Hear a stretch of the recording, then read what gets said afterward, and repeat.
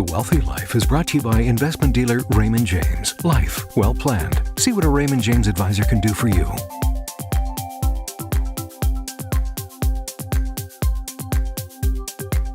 Is it better to rent or buy a home?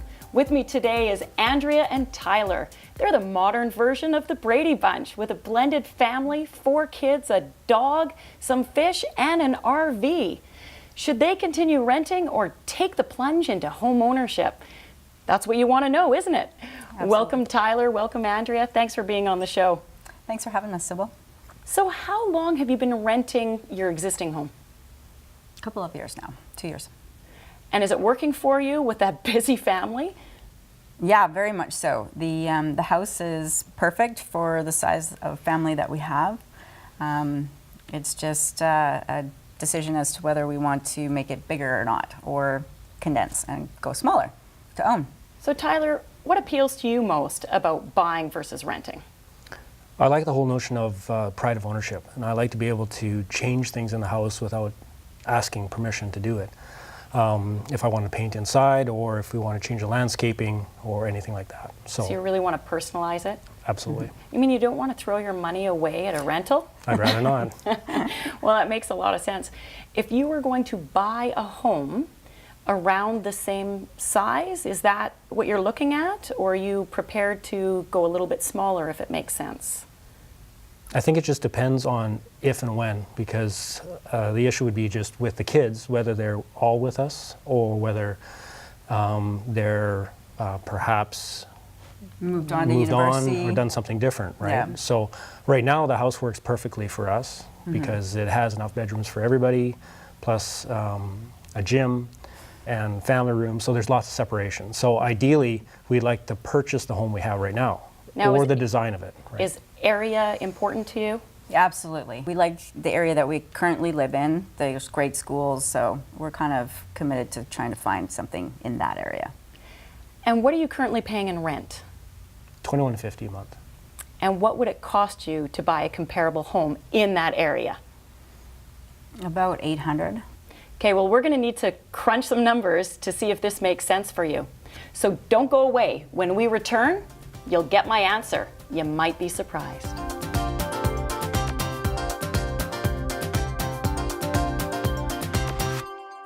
We're back with Andrea and Tyler to decide if they should continue renting or buy a home.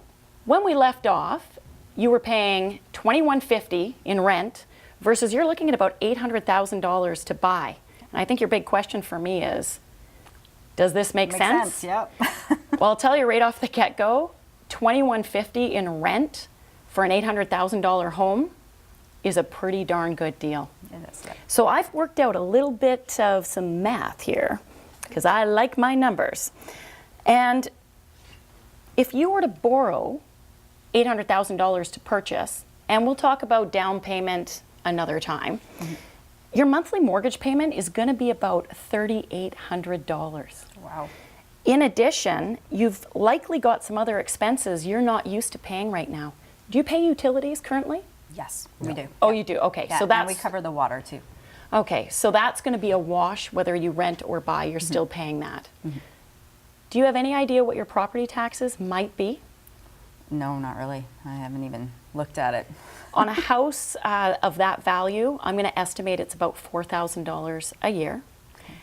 And house insurance, right now, you're probably just paying contents insurance. Yeah. What are you spending right now? About $30 a month. Okay. 25, Okay, so $300-400 a year, not Yeah. much. You can expect your insurance to go up by maybe as much as about $4,000 a year. So when we look at your mortgage, property taxes, and insurance, those are extra costs. You're looking at an increase of $2,300 a month more than you're paying in rent. Wow. So, Tyler, how does that make you feel? Nervous? Well, because it's a lot of money. It is, Now, there yeah. is a difference, though. You now own your own home and you're building up some equity. Yeah. And I think that's the other part of this equation. You talked about making your home personal, but you also want to build up some equity and some wealth. Absolutely. And when you own, you're not throwing your money away. But what a lot of people forget to ask themselves or analyze is, what are the costs of renting and what are the costs of home ownership that's going out the drain? Because your property taxes and insurance, and in some cases your water bill, those are all extra costs that is very comparable to renting. You're not going to get it back. So I've got a hypothetical example for you. If, assuming housing prices go up by about inflation over the long run, and that really is how it works. In the short term, real estate prices may do a little spike and then a dip and then they level out. And that's usually a 7 to 10 year cycle. But over the long run, real estate prices only go up by an average close to inflation. And it makes sense, because if housing prices went up more than that, how would anyone be able to afford to buy it? So assuming an average 3% inflation rate, in 25 years, that house, $800,000 house, may be worth about $1.6, $1.7 million. Okay. And that's the part that you go, well, yeah, we want to get in on that. However, it's going to cost you $2,300 a month more to get that. Yeah. If instead you took that $2,300 and invested it in a diversified portfolio that earned about 6.5% per year, so probably a conservative, middle-of-the-road, balanced portfolio, not low risk, not high risk, somewhere in between, it would grow to about the same number. So if you can earn on that $2,300 a month extra cash flow cost, if you invest it instead and keep renting, and you can earn more than the 6.5%, you're probably better off renting. How disciplined are you at saving? As disciplined as you can be. He's probably more disciplined than me. Because, if you're not disciplined to save the difference, then all of this is for nothing. So for those people who aren't extremely disciplined to save that $2,300 a month, then you're probably better off buying the house. Buying a house is like a forced savings program. Everyone is motivated to pay off debt, but they're not as motivated to save. Yeah.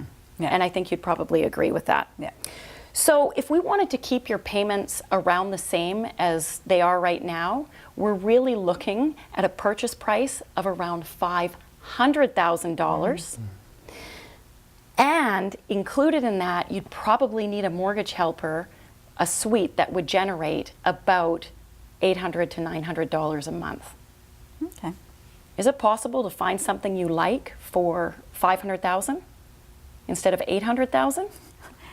It'd be very difficult in the area that we're in. We'd have to consider going to some other municipality or some other And the kids would community. probably all have to bunk in together, which is not necessarily an option at this stage. But perhaps, in a few years from now, once the kids get older, it would be certainly something to look at. But How many more years do you expect the kids to be at home? at least probably another 6 years, or 6 years probably. Okay. Yeah. So maybe it's not a bad strategy to start saving for a down payment, save for retirement, put that money aside. Test yourself first to see if you can really afford it. Yeah. If you can try and save the $2,300 a month or anything close to it, then you'll know if you can really afford it or not. And then I think we should revisit this in a year. Sounds like a great plan. See where we're at. Sounds good. So at the end of the day, you want to make sure that you can afford it, good cash flow, and that you're building wealth at the same time.